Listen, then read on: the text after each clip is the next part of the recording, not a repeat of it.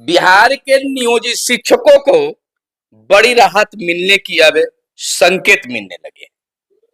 अब पुरुष शिक्षक जो हैं अब अपने ही जिले में उनकी पोस्टिंग हो सकती है।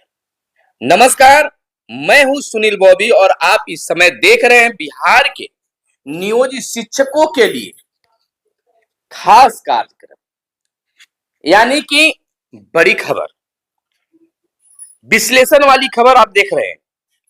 क्या कुछ अपडेट निकल कर आ रहा है, इसकी अपडेट आप ले रहे हैं।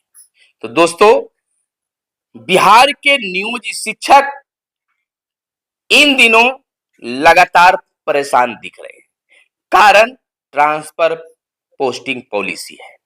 लेकिन अब शिक्षा विभाग और सत्ता पक्षधारी नेता, यानी कह सकते हैं सत्ता पक्ष के बीच ठन सी गई है, जहां जीवन Kumar, Naval Kishore Yadav transfer posting policy पर उंगलियां उठाना शुरू कर दिए हैं, आवाज उठाना शुरू कर दिए हैं। वहीं बिहार के शिक्षा मंत्री ने भी यह संकेत जरूर दे दिया है कि नियमावली में संशोधन होगा।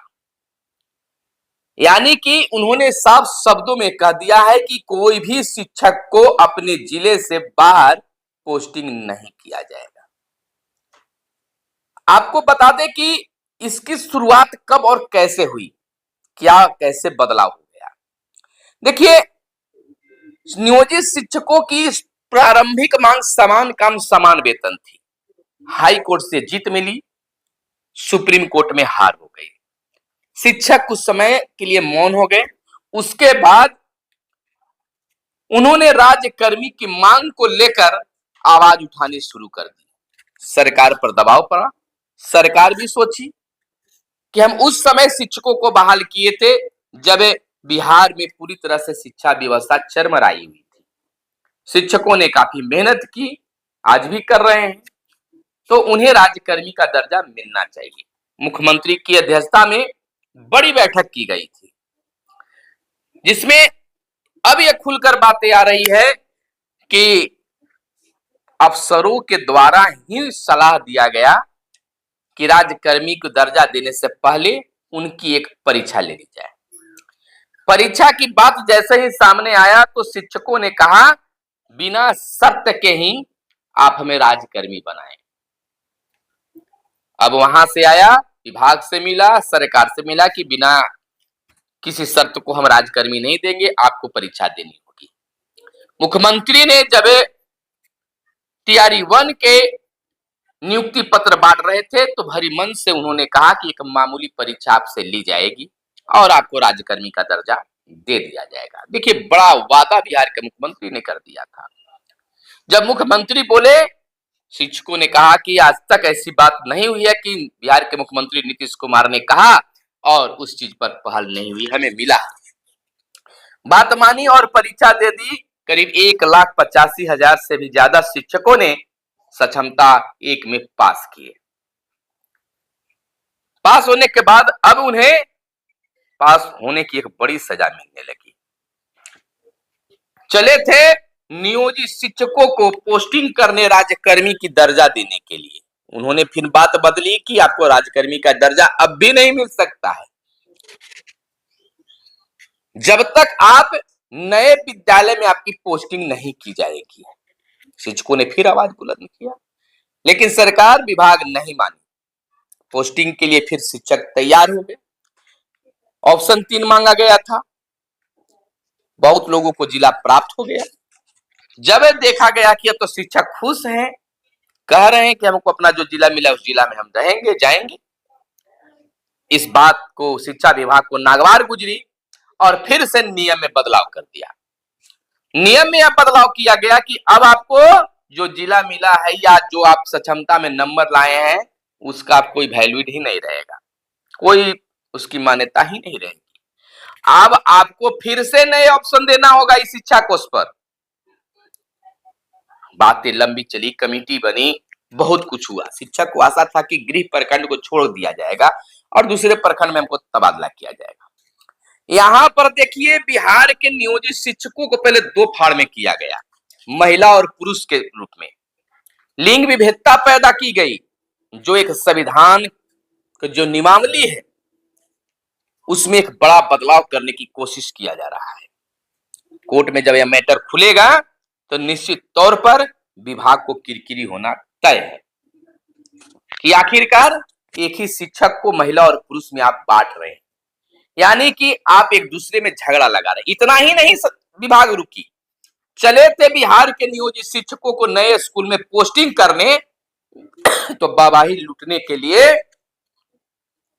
बिहार में एक ऐसा रिकॉर्ड बने, जिस प्रकार से बीते साल जो है एक रिकॉर्ड बनाया गया कि बहुत बड़ी बहाली की गई, पूरे देश में इतनी बड़ी बहाली एक साथ नहीं हुआ था, तो बिहार में हुआ।